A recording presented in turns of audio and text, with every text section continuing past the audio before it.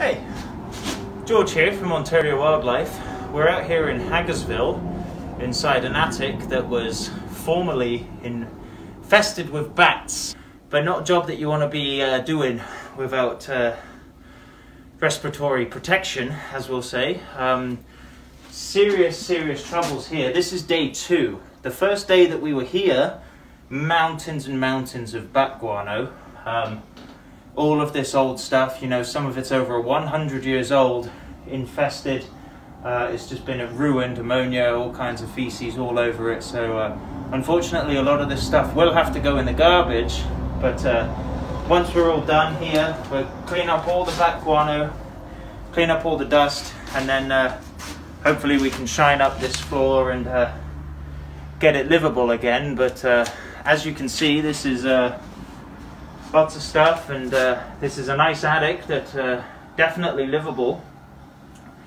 Be a great place for a library or any of that sort of stuff, which is nice. So hopefully by the time we're done later on today, we can show you around and brighten this place up a bit. But if you take a look, there are bat guano droppings everywhere.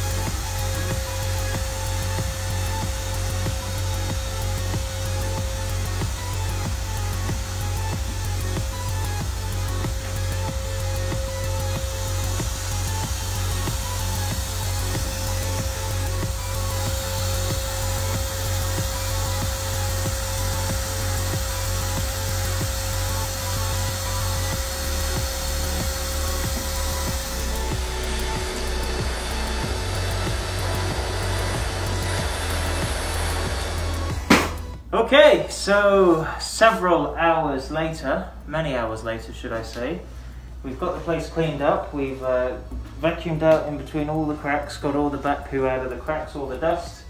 We've sprayed down our decontaminant, which is now just soaking into the wood.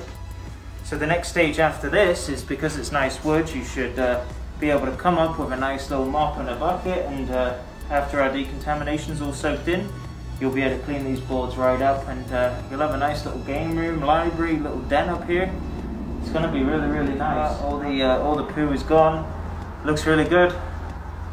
I won't say it was a job I enjoyed doing, but I'm enjoying it now. It's done. Thanks, guys.